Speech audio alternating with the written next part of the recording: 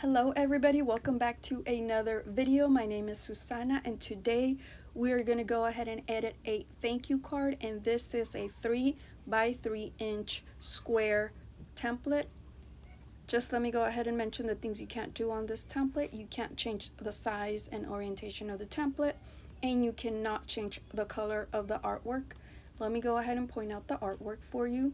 So the artwork is this section right here at the top, the bottom, and the social media icons. The color of them cannot be changed. Everything else within the template you can change.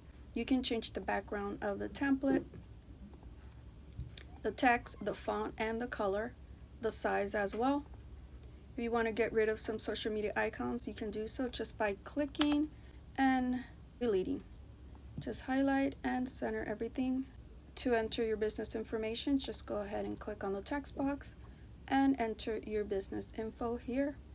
You have the second design below, and this one includes your phone number, email, and website. You also have the Spanish templates, the design for the back of the card. And the last page has your social media icons for you to use within your template.